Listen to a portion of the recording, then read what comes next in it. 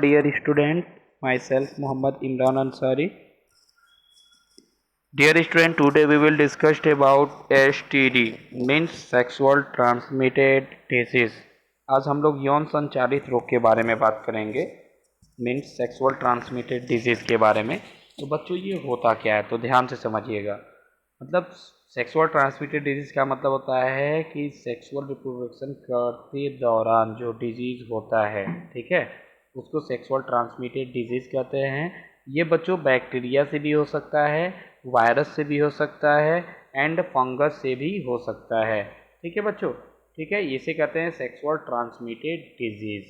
तो आइए हम लोग इसके बारे में देर ना करते हुए हम लोग आगे बढ़ते हैं। ठीक है बच्चों, चलिए हम लोग सबसे पहले आते हैं सेक्सुअल ट्रांसमिटेड डिजीज़ के बारे में समझते। ये होता क्या है? Disease transmitted through sexual intercourse are called sexual transmitted disease. जो डिजीज सेक्सुअल रिप्रोडक्शन के दौरान फैलता है उसको सेक्सुअल ट्रांसमिटेड डिजीज कहते हैं।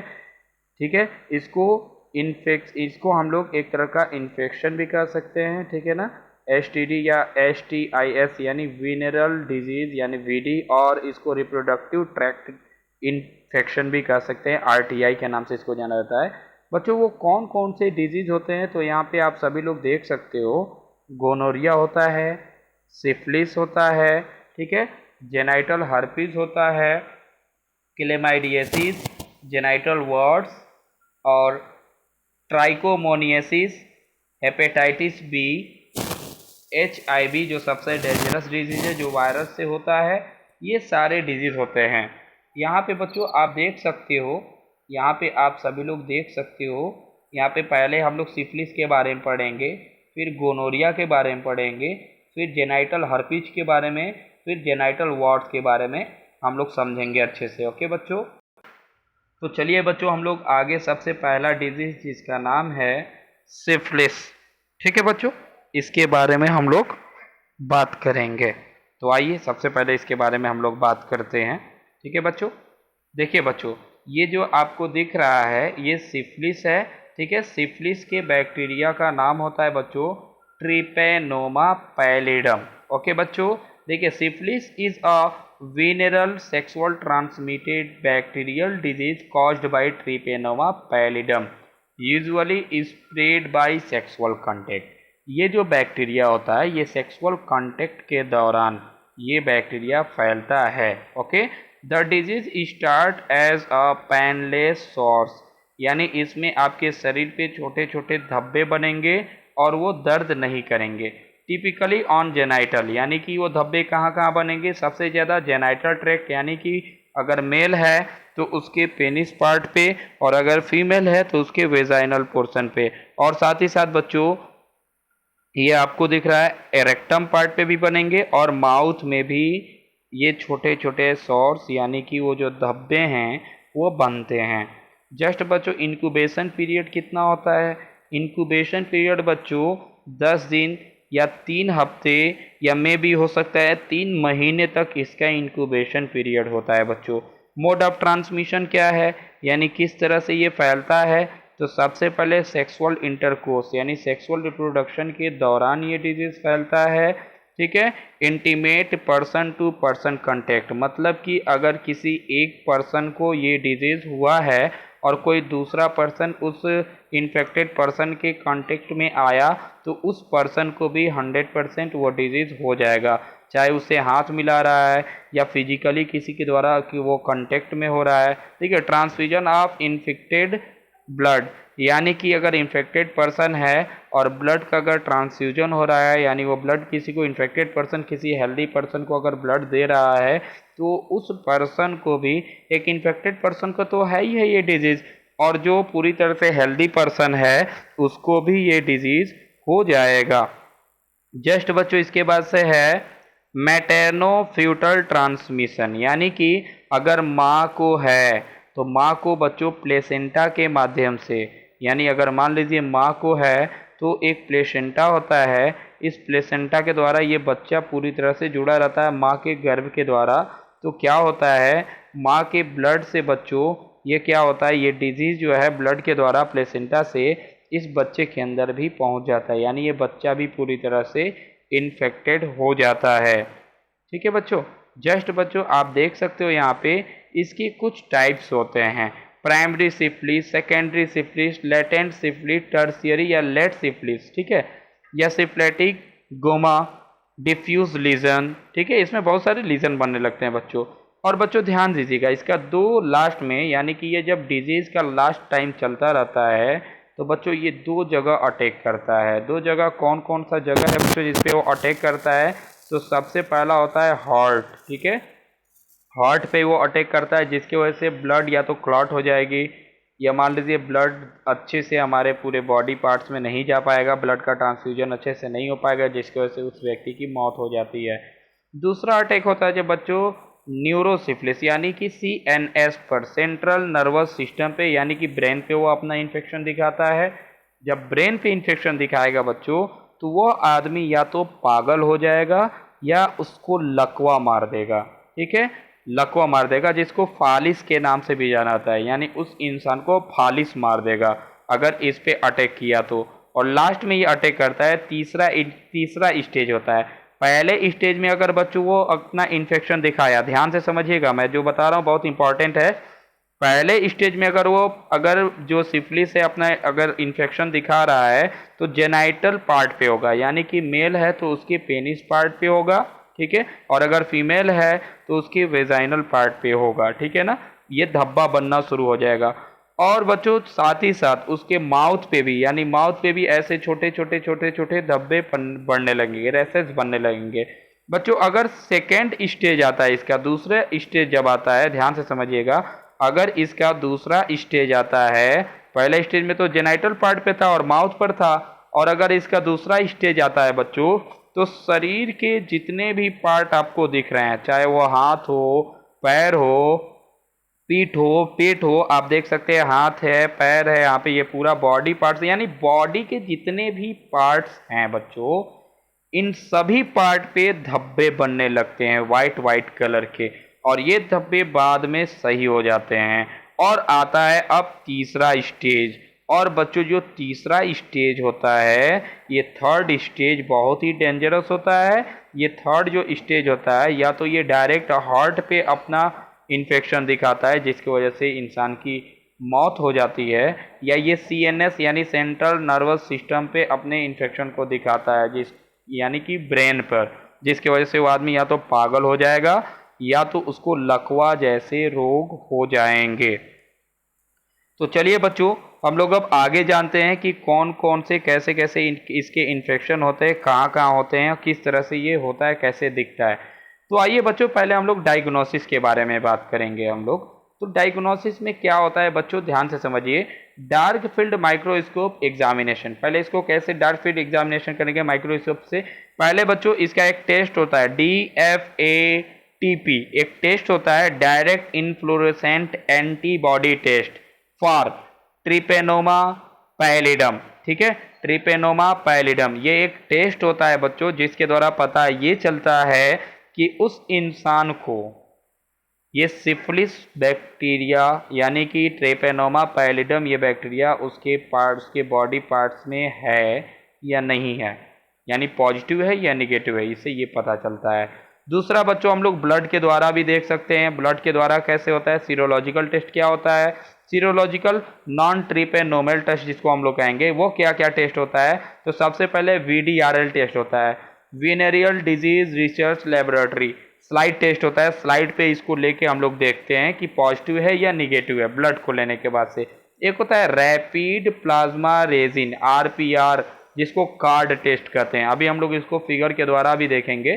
ठीक है बच्चों, और जस्ट बच्चों आप देख सकते हो आगे की ओर यहाँ पे एक और टेस्ट होता है जिसका इनहीटेड सीरम रीजन, यानी USR टेस्ट होता है, टोलुइडिन रेड अनहीटेड सीरम टेस्ट, यानी TRUST। इतना सब टेस्ट होता है। इतने टेस्ट के बाद से हमको ये पता चल जाता है कि हमारे बॉडी के अंदर ट्रिपेनोमा पैलिडम नामक बैक्टीरिया है या नहीं है। आइए आगे हम लोग बात करते हैं। ये जो आप देख रहे हो बच्चों, ये RPR टेस्ट है, ठीक है ना, RPR कार्बन टेस्ट है। इसके द्वारा भी हम लोग पता कर सकते हैं कि इस इन्फेक्टेड पर्सन के अंदर ट्रिपेनोमा पैलिडम नामक बैक्टीरिया है या नहीं है। ठीक है बच्चों, ट्रीटमेंट क्या है बच्चों, प्राइमरी इन्फेक्शन हो या सेकेंडरी हो या कोई भी इन्फेक्शन हो तो हम लोग को कौन कौन सी दवा को खाना चाहिए। तो देख सकते हैं बेंजाथीन पेनिसिलिन जी, ये कॉमन होता है बच्चों, सब में इसको खाया जा सकता है। ठीक है, अगर मान लो ब्रेन में वो अपना इन्फेक्शन अगर दिखाया है तब भी हम लोग पेनिसिलिन जी का यूज़ कर सकते हैं, या एक्वास प्रोकैन का यूज़ कर सकते हैं, या पेनिसिलिन जी का यूज़ कर सकते हैं, या एक्वास क्रिस्टेलिन का यूज़ कर सकते हैं बच्चों। ठीक है, और जस्ट आफ्टर दिस आप देख सकते हो कॉन्जेनाइटल सिफिलिस अगर है, यानी कि अगर पेनिस पार्ट पे या वेजाइनल फीमेल के वेजाइना पार्ट पे अगर ये सिफिलिस का बैक्टीरिया है, उस समय क्या होता है, एक्वस क्रिस्टलाइन टेस्ट के दौरान हम लोग पता कर सकते हैं। एक्वस क्रिस्टलाइन टेस्ट के दौरान या penicillin G, sorry aqueous crystalline ये मेडिसिन है, उसके द्वारा इसको सही किया जा सकता है, पेनिसिलिन जी के द्वारा सही किया जा सकता है, प्रोकैन पेनिसिलिन जी के द्वारा भी इसको सही किया जा सकता है। साथ ही साथ कुछ और भी टेस्ट होते हैं, जैसे कि बच्चों यहाँ पे देख सकते हैं प्राइमरी सेकेंडरी या अर्ली जो होता है, इसमें कौन कौन से टेस्ट हम लोग कर सकते हैं।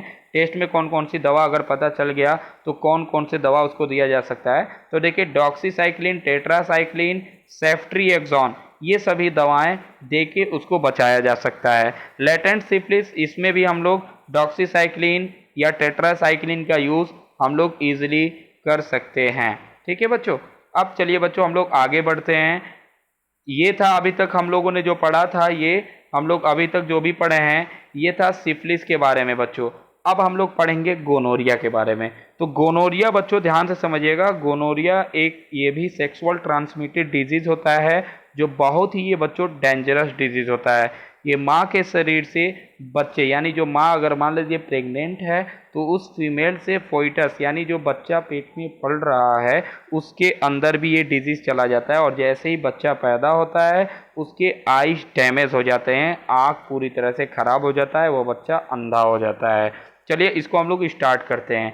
Gonorrhoea is highly contagious sexual transmitted disease caused by Neisseria gonorrhoeae, यानी एक नाइसीरिया गोनोरी बैक्टीरिया होती है जिसके वजह से ये डिजीज होता है। ठीक है, which can cause an infection of the urethra, cervix, anus, throat and eyes।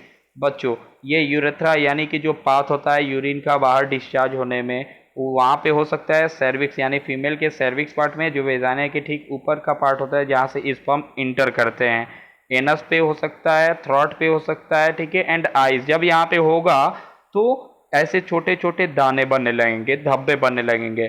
ठीक है बच्चों, ध्यान से समझिएगा सभी लोग। उसके बाद से देखिए rarely gonorrhoea can infected the blood stream, अक्सर देखा जाता है तो ये ब्लड स्ट्रीम में अपना इन्फेक्शन दिखाता है। ब्लड स्ट्रीम में क्या करता है, आपको बुखार होगा, ठीक है, ज्वाइंट पेन होगा, आपके हड्डियों के एक एक जोड़ों में दर्द होगा, स्किन पे लीजन बनने लगेंगे यानी कि धब्बे बनने लगेंगे।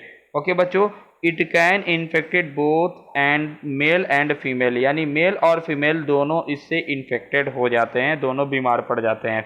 जब दोनों बीमार पड़ जाएंगे बच्चों तो इनको यूरिन को बाहर डिस्चार्ज करने में यानी कि मूत्र त्यागने में बहुत ही ज़्यादा प्रॉब्लम होता है, बहुत ही ज़्यादा दर्द होता है, पेन होता है। ठीक है ना। The bacteria are mainly found in discharge from the penis and vagina fluid infected men and women, यानी मेन यानी आदमी और औरत, इसके द्वारा जो होता है यानी पेनिस का जो पार्ट होता है जिसको ग्लैंड्स ऑफ पेनिस कहते हैं, जो टिप होता है मेल के पेनिस का, उसके द्वारा भी वाइट या येलो या ग्रीन कलर का एक मटेरियल बाहर निकलता है जिससे ये पता चलता है कि इसको गोनोरिया डिजीज हो चुका है। ठीक है बच्चों, इसका बच्चों इंक्यूबेशन पीरियड होता है, इंक्यूबेशन पीरियड 1 से 14 डेज तक होता है। मोड ऑफ ट्रांसमिशन, कैसे कैसे इसका ट्रांसमिशन होता है तो ध्यान समझिएगा, वेजाइनल और anal sex with an infected partner, यानी कि अगर कोई फीमेल या मेल पूरी तरह से इससे इन्फेक्टेड है गोनोरिया से, और अगर मान लो फीमेल अगर पूरी तरह से इससे इन्फेक्टेड है, ठीक है, और अगर वो सेक्सुअल रिप्रोडक्शन कर रही है, सेक्स कर रही है, वेजाइनल सेक्स अगर हो रहा है तो उस फीमेल से मेल के अंदर भी आ जाएगा by penis. Okay, anal sex भी अगर होता है तब भी उसके अंदर अगर उस फीमेल को है तो, ठीक है। इन्फेक्टेड पार्टनर से कहने का मतलब यह है कि सेक्सुअल रिप्रोडक्शन दौरान दोनों को हो सकता है, मेल एंड फीमेल दोनों को। ओरल सेक्स मतलब माउथ के द्वारा जो सेक्स होता है उसके द्वारा भी ये इन्फेक्टेड पर्सन से दूसरे पर्सन में हो सकता है।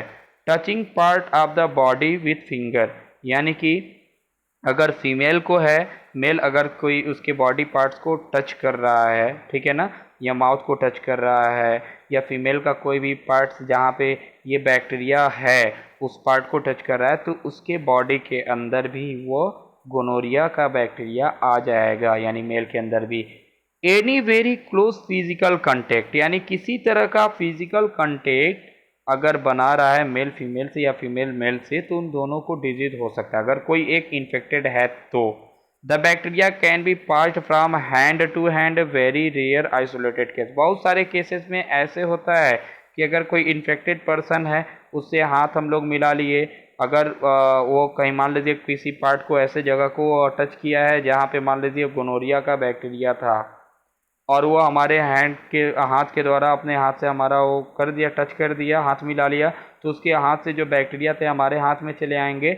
और अगर हम लोग माउथ को या बॉडी के किसी पार्ट को टच करते हैं तो वहाँ पे ये बैक्टीरिया अपना इन्फेक्शन शुरू कर देगा। यानी एनी टाइप का कोई भी अगर कंटेक्ट, फिजिकल कंटेक्ट या किसी तरह का कोई भी कंटेक्ट अगर किसी से हो रहा है जो इससे इन्फेक्टेड है, तो पूरी तरह से हेल्दी पर्सन जो उसके कांटेक्ट में है उसको भी ये डिजीज हो जाएगा।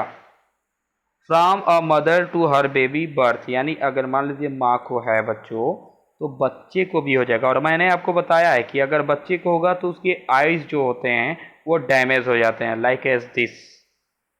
देख सकते हो बच्चों, ये जो बच्चा है ये पूरी तरह से इससे इन्फेक्टेड है, इसका आइज आप देख सकते हो पूरी तरह से, इसका आइज जो है पूरी तरह से डैमेज है, ठीक है ना बच्चों, ये आइज इसका पूरी तरह से डैमेज हो चुका है। समझ में आ रहा है? यानी गोनोरिया बहुत ही डेंजरस होता है। अगर फीमेल को है, प्रेग्नेंट फीमेल को, तो उसके बच्चे के अंदर भी ये डिजीज जाएगा, उसका आइज पूरी तरह से डैमेज हो जाएगा। इस बात को बच्चों याद रखिएगा। चलिए हम लोग आगे बढ़ते हैं। देखिए बच्चों, गोनोरिया वोमेन्स के अंदर कहाँ कहाँ होता है, किस किस तरह से होता है, इसको ध्यान से समझिएगा। Gonorrhoea symptoms in female, strong smelling vaginal discharge, जो वेजाइना से जो स्मेलिंग जो डिस्चार्ज होती है, यानी कि जो लिक्विड निकलता है जिसके स्मेलिंग बहुत ही तेज होती है, और वाइटरी थीक येलो ग्रीन, यानी उस वेजाइनल पार्ट से ग्रीन कलर का या येलो कलर का लिक्विड के साथ मटेरियल निकलना शुरू हो जाता है, जिससे ये पता चलता है कि वो जो नाइसरिया गोनोरी बैक्टीरिया है उस वेजाइनल पार्ट में प्रेजेंट है। इरिटेशन और डिस्चार्ज फ्रॉम द एनस, यानी एनस जो अगर मान लीजिए वो जो वेस्ट मटेरियल है उसको बाहर निकालती है फीमेल, तो उसको बहुत ही ज़्यादा दिक्कत होती है, इरिटेशन होने लगता है उसको। एबिडोमिनल वेजाइनल ब्लीडिंग, बिना मतलब का, जैसे मेंस्ट्रुअल साइकिल फेज में क्या होता है 1 से 5 दिन तक पूरी तरह से ब्लड निकलना शुरू हो जाता है, लेकिन अगर किसी फीमेल को अगर गोनोरिया डिजीज हुआ है तो उसके वेजाइनल पोर्शन से बिना मतलब का ब्लड बाहर लगातार निकलना शुरू हो जाएगा। पॉसिबली सम लो एबिडोमिनल और पेल्विस टेंडरनेस, यानी उसके पेट में, यानी पेट के नीचे वाले पार्ट में दर्द हल्का फुल्का रहेगा। पेन और burning sensation when passing urine, जब वो यूरिन को बाहर डिस्चार्ज करेगी फीमेल या मेल तो दोनों को परेशान होगा। अभी तो हम लोग फीमेल के बारे में पढ़ रहे हैं, फीमेल जब यूरिन को यानी मूत्र को जब बाहर निकालती है तो उस समय बहुत ही ज़्यादा उसको दिक्कत होगा। लो एबिडोमिनल पेन, यानी बहुत कम दर्द होगा उसके एबिडोमिनल पार्ट में। समटाइम्स नौजिया, और उसको कुछ समय के बाद नौजिया भी होने लगेगा, यानी जी मिचलाने लगेगा, ठीक है ना, यानी घबराहट उसको होने लगेगी। उसके बाद से बच्चों आइए मेल के बारे में पढ़ते हैं। Gonorrhoea symptoms in men, men के अंदर क्या क्या होता है बच्चों, तो ध्यान दीजिए। वाइट या येलो या ग्रीन कलर का जो थिक डिस्चार्ज होने लगता है। द टिप ऑफ पेनिस, इसको ग्लैंड्स ऑफ पेनिस भी कहते हैं, उस पार्ट से वाइट कलर का या येलो कलर का या ग्रीन कलर का मटेरियल बाहर निकलने लगता है, जिससे ये पता चलता है इसके अंदर भी गोनोरिया नामक बैक्टीरिया प्रेजेंट है। Inflammation of the testicles prostate gland, यानी जो प्रोस्टेट ग्लैंड है जो मेल के बॉडी के अंदर प्रेजेंट है, जो स्पर्म को पूरी तरह से मैच्योर करने में हेल्प कर रहा था, उसमें इन्फ्लेमेशन हो जाता है, यानी कि वो धीरे धीरे सूज जाता है, मोटा हो जाता है।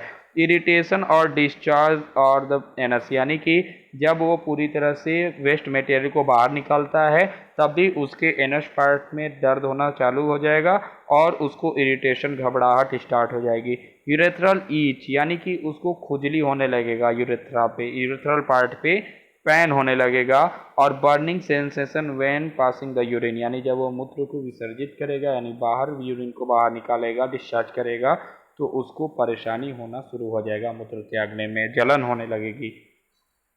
जस्ट बच्चों आप देख सकते हो, इस पार्ट को मैं आपको दिखाना चाहता हूँ। यही है बच्चों पेनिस का जो टिप वाला पार्ट है, जिसको ग्लैंड्स ऑफ पेनिस कहते हैं। इसको हम लोग बच्चों ग्लैंड्स ऑफ पेनिस के नाम से भी जानते हैं, ग्लैंड्स ऑफ पेनिस। ठीक है, इस पार्ट से बच्चों आप देखेंगे या तो वाइट कलर का आप देख रहे हैं जो लिक्विड डिस्चार्ज होने लगेगा, या ग्रीन कलर का या येलो कलर का यहाँ पे लिक्विड बिना मतलब का डिस्चार्ज होना शुरू हो जाएगा, और जिससे ये पता चलता है वो पस हो निकलता है, और ये होता है कि उसको मूत्र त्यागने में बहुत ही ज़्यादा परेशानी होती है। ठीक है बच्चों, और उसके बाद से आप देख सकते हो बॉडी के और भी ऑर्गन होते हैं, जैसे कि मान लीजिए हैंड पार्ट हो गया, ठीक है, और पैर का जो पार्ट हो गया, हाथ का, पैर का, ठीक है, वहाँ पे भी छोटे छोटे लीजन यानी कि धब्बे बनने लगते हैं। ठीक है, लाइक एज दिस आप देख सकते हैं। ठीक है, और उसके साथ ही साथ बच्चों जो माउथ है, माउथ के किनारे किनारे छोटे छोटे स्पॉट और पपड़ी जमने लगते हैं, और छोटे छोटे दाने भी निकलने लगते हैं। बच्चों माउथ के अंदर भी आप देख सकते हो, ये माउथ के अंदर का पार्ट है, आप देख सकते हैं यहाँ भी ये येलो येलो कलर का ये लिक्विड जमा हुआ है, जिसको पस के नाम से भी हम लोग जान सकते हैं। और भी आप देखेंगे तो यहाँ पे आप देखिए ध्यान से, तो यहाँ पे आपको दिखेगा कि यहाँ पे अल्सर छोटे छोटे बने हैं, यहाँ पे आप देख सकते हैं, ये छोटे छोटे यहाँ पे आप देख सकते हो अल्सर बने हुए हैं। ठीक है ना, यहाँ यानी माउथ के ऊपर अंदर पार्ट्स, ये लिप के पास सब अल्सर छोटे छोटे बनने लगते हैं, जो बहुत ही ज़्यादा दिक्कत करता है बच्चों। ठीक है, जस्ट इसका डायग्नोसिस क्या होता है बच्चों, तो डायग्नोसिस में समझिए, डायग्नोसिस में किसके किसके द्वारा हम लोग पता कर सकते हैं कि इसको कौन कौन सा कैसे डिजीज़ हुआ है। तो सबसे पहले यूरिन टेस्ट करेंगे, यूरिन टेस्ट से ये पता चल जाता है कि उसको वो डिजीज़ हुआ है कि नहीं। स्वाब ऑफ इफेक्टेड एरिया, यानी कि जो उसका थूक होता है, जो लार होता है, अगर वो बाहर निकल गया, उससे भी हम लोग पता कर सकते हैं कि इसके अंदर गोनोरिया बैक्टीरिया है या नहीं। अब बच्चों इसका ट्रीटमेंट जो है, ट्रीटमेंट कैसे होता है ये भी देख लीजिए।